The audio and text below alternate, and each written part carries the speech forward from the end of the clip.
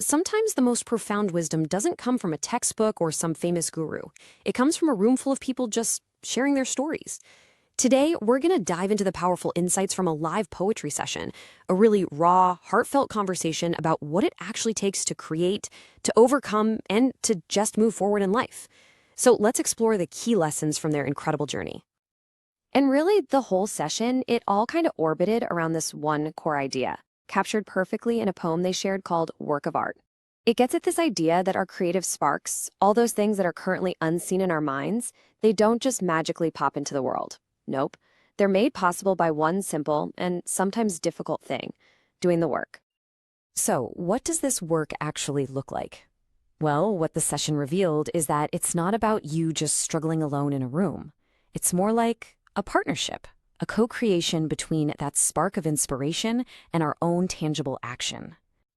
So the group got really deep into this idea of co-creation. It's almost like the universe or God or whatever you want to call it breeds an idea through you.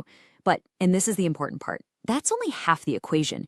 It's our job, it's our work to catch that breath and give it a physical form, whether that's a painting, a poem, a business, or even a relationship, so it can actually be seen and experienced by others. And this whole idea of doing the work really hit home with a story from one of the participants, a woman named Miriam. After a stroke, she felt this incredibly powerful urge to start arranging flowers. And for her, this act wasn't just about making something pretty. The physical work of using her hands, well, that was a crucial part of her healing. It was creativity as therapy and also as a way of giving something back. Just beautiful. Okay, but let's be real. This creative path, it is never a straight line, right? It is full of challenges. So what happens when we inevitably hit a roadblock? The session took a hard look at two of the biggest obstacles we all face: failure and that awful feeling of being completely and totally stuck. I absolutely love this. This perspective comes from a poem they shared called Road to Failure, and it asks us to completely stop seeing failure as the end of the road. Instead, it defines failure as just the raw material you can use to build the next part of your road. Think about that. It's not a stop sign. It's just a pile of bricks waiting for you to build with. So, this is the whole game changer, right here. It's all about this mental shift. The old way of thinking tells us failure is some final judgment, a big red sign telling us to just give up. But this new view, the one the group was exploring, sees it as a starting point. It's just learning material. It's an opportunity not to stop, but to build something new, something even stronger.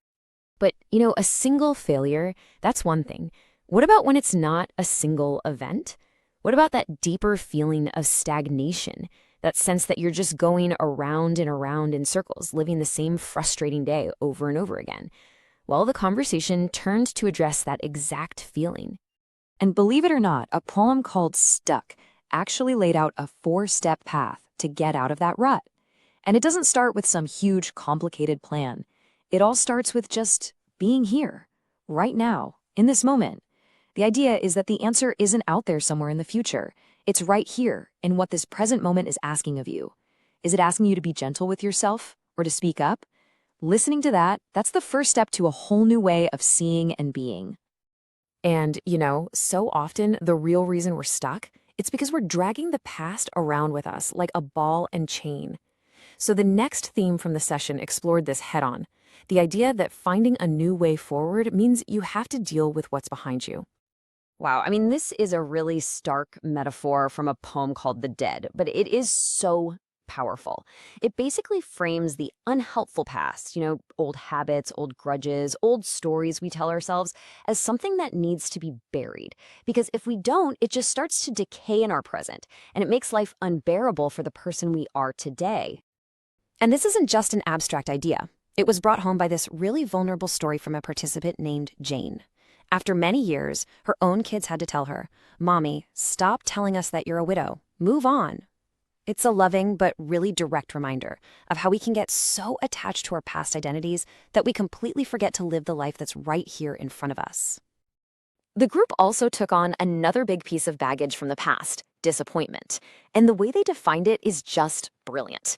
The poem describes it not as something that happens to us, but as a storm that we create ourselves, a storm fueled by the winds of our very own unmet expectations. And right there, that's the key that unlocks everything, isn't it? If we're the ones setting the unreasonable expectations, if we are the architects of this storm, well, guess what? That means we also hold the power to calm the winds. We can uncreate it. The power is completely 100% within us. Okay, so if the answers aren't in the past and they're not in blaming others for our disappointments, then where the heck do we look to move forward? Well, this final section from the session points us firmly and powerfully inward. And here's a really fascinating distinction they made: the difference between learning and unlearning. See, we spend our whole lives learning, adding more information, building on what we know. But the group kind of concluded that unlearning is often the more important and definitely the harder work. It's that messy process of questioning what we think we know and removing all those old filters and patterns that are literally preventing us from seeing a new way forward. And this is maybe the most important takeaway of all. You don't need the whole solution before you start. A poem they shared from inside, it urges us to just find one small opening to get inside ourselves, to get into that state of quiet reflection. Just take that one small step, because from that new inner vantage point, you'll be able to see more, you'll be able to know more, and the next step, it'll just reveal itself. So to wrap it all up, the best summary really comes from the final reflections of the participants themselves. Their words basically create this beautiful little roadmap. Make time to just sit with yourself. Let the past go, because there is always something better ahead. Learn from what happened for sure, but live in today and trust in that process of daily renewal. So we've kind of walked through this whole journey together, and we're going to leave you right where their session ended, with a question. A question that brings all of this powerful work back to your own life, right here, right now.